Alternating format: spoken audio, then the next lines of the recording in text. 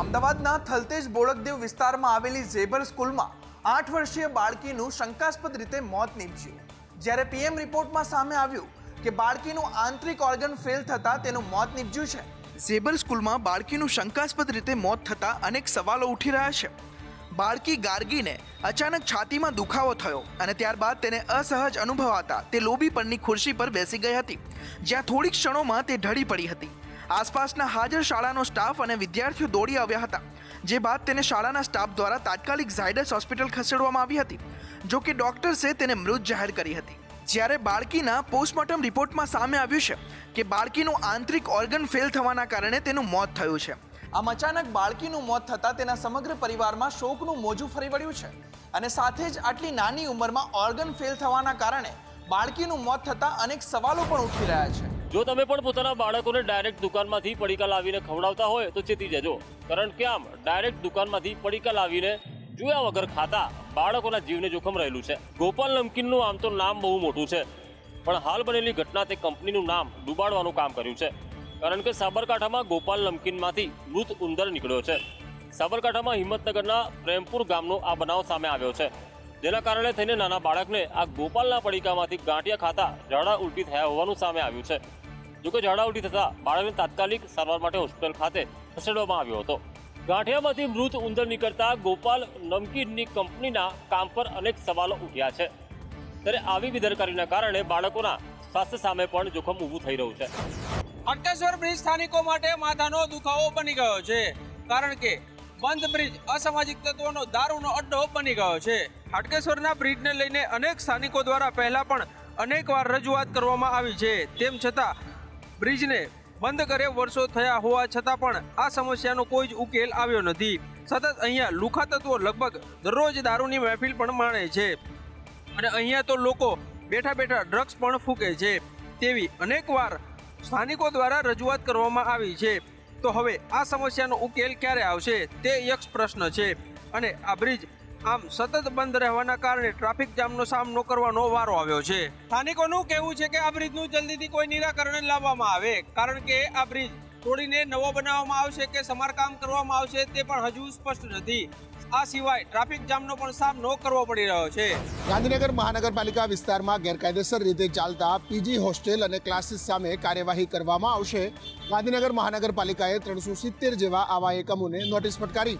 PG અને હોસ્ટેલની સુવિધા બાળકોના વિકાસ અને ભવિષ્ય માટે હોય છે, પરંતુ જો તેનો દુરુપયોગ કરવામાં આવે તો તેનાથી બાળકોના ભવિષ્ય પર તેની ખૂબ જ માઠી અસર પડી શકે છે. જેના કારણે થઈને ગાંધીનગરમાં ગેરકાયદેસર પીજી હોસ્ટેલ સીલ કરવામાં આવશે. આ મુદ્દે ગાંધીનગરના મેયર મીરાબેન પટેલે મહત્વનો નિર્ણય કર્યો છે કે આવા ગેરકાયદેસર ચાલતા 370 જેટલા પીજી હોસ્ટેલ અને ક્લાસીસ શોધી કાઢવામાં આવ્યા છે. એમને હાલ નોટિસ ફટકારવામાં આવી છે અને એમની સામે 16 જાન્યુઆરી બાદ સીલિંગ પ્રક્રિયા શરૂ કરવામાં આવશે.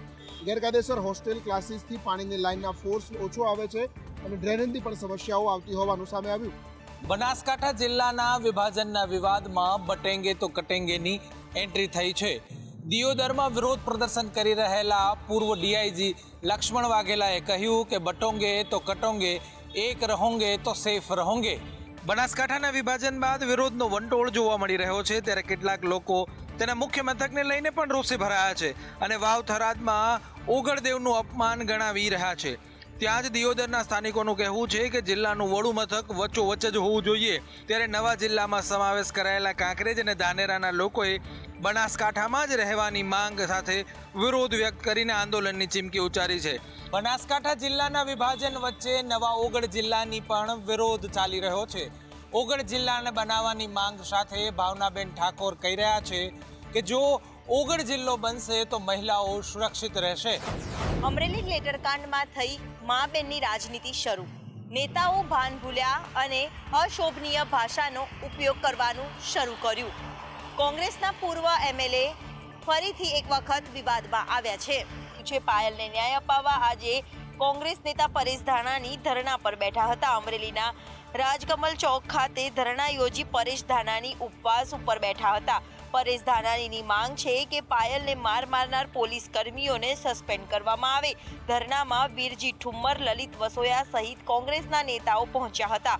પૂર્વ નેતા વિપક્ષ પરેશ ધાનાણીએ પત્રકાર પરિષદ યોજી પાટીદાર યુવતીને ન્યાય અપાવવાની માંગ કરી છે. કોંગ્રેસના પૂર્વ એમએલએ પ્રતાપ દુધાતે ભાજપના પ્રવક્તા યજ્ઞેશ દવે પર વાક પ્રહાર કરતા કહ્યું કે તારામાં સંવેદનશીલતા ક્યાં છે અને આને જ લઈને અનેક વાદ અને વિવાદ શરૂ થયા છે.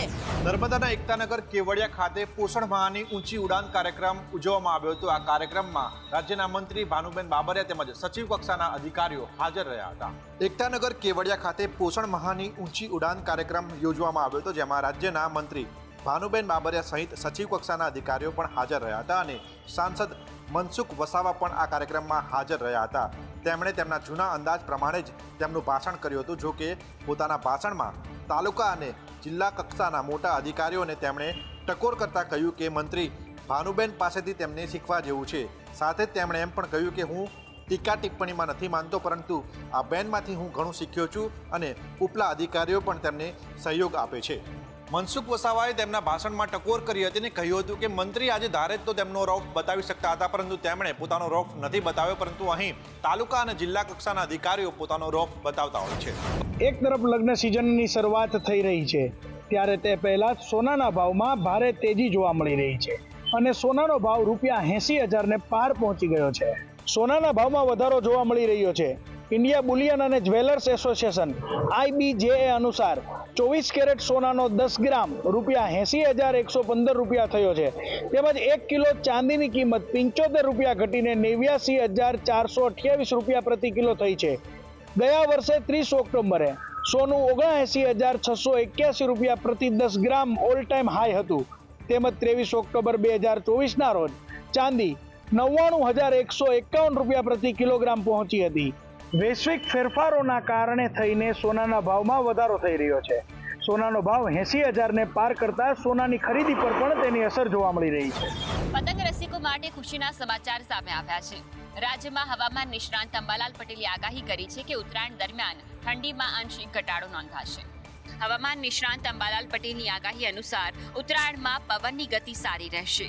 હવામાન વિભાગની આગાહી અનુસાર રાજ્યના અનેક વિસ્તારોમાં કડકડતી ઠંડી પડી શકે છે. ઉત્તરાયણ નજીક આવતાની સાથે જ હવામાન નિષ્ણાંત અંબાલાલ પટેલે પણ હવામાનને લઈને આગાહી કરી છે.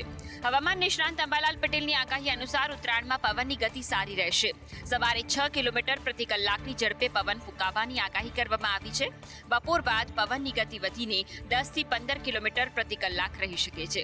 ગુજરાતના અનેક ભાગોમાં 10 થી 15 જાન્યુઆરી સુધી હાડ થીજવતી ઠંડી પડે તેવી આગાહી કરવામાં આવી છે. અંબાલાલ પટેલે આગાહી કરી છે કે તારીખ 14 થી 16 જાન્યુઆરી દરમિયાન રાજ્યના વિવિધ જિલ્લાઓમાં ઠંડીથી રાહત મળશે.